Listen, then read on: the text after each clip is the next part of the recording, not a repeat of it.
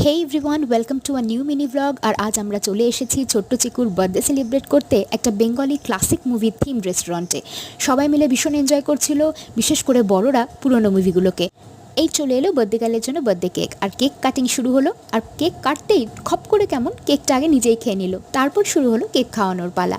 তবে অবশ্য বলে দিই, ছোট্ট চিকু কিন্তু এখন ছোট্ট নেই, বাট দিদি ভাইয়ের কাছে তো চিকু সবসময় ছোট। কেক খাওয়ার পর্ব সারতে সারতেই আমরা ঠিক করলাম যে চাইনিজ খাবো আজ, এবং বড়রাও কিন্তু আমাদের সঙ্গে তাল মিলিয়ে চাইনিজ খাবার আজ ভীষণ এনজয় করেছে। খাবার খেতে খেতে বাপি আর বাবি দুজনে মিলে কুইক ফায়ার রাউন্ডের মতো আমাদের ছোটদের বিভিন্ন পুরনো বাংলা মুভির পোস্টার দেখিয়ে জিজ্ঞাসা করছিল অ্যাক্টর অ্যাক্ট্রেসদের নাম।